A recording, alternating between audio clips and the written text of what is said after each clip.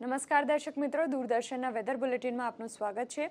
રાજ્યમાં અમુક જિલ્લાઓમાં ચોમાસું બરાબર જામી ગયું છે। દક્ષિણ ગુજરાત, સૌરાષ્ટ્ર અને ત્યારબાદ કચ્છમાં પણ વરસાદ તોફાની બેટિંગ કરી રહ્યો છે, ત્યારે આગામી દિવસોમાં અત્યંત ભારે વરસાદની આગાહી કરવામાં આવી છે। દક્ષિણ ગુજરાત, સૌરાષ્ટ્ર અને કચ્છના વિસ્તારને મળીને 11 જિલ્લાઓમાં અત્યંત ભારે વરસાદની આગાહી કરવામાં આવી છે।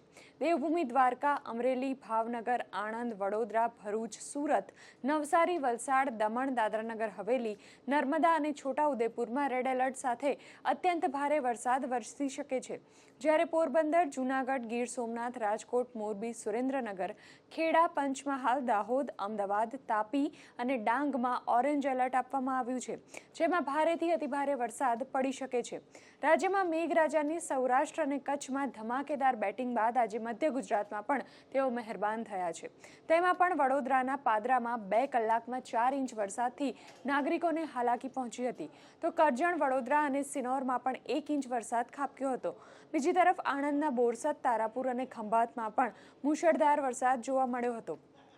આણંદના બોરસદમાં સૌથી વધુ 4 કલાકમાં 13 ઇંચ વરસાદ ખાબક્યો હતો, તો નર્મદાના તિલકવાડામાં 7 ઇંચ, ભરૂચમાં 6 ઇંચ વરસાદ નોંધાયો હતો।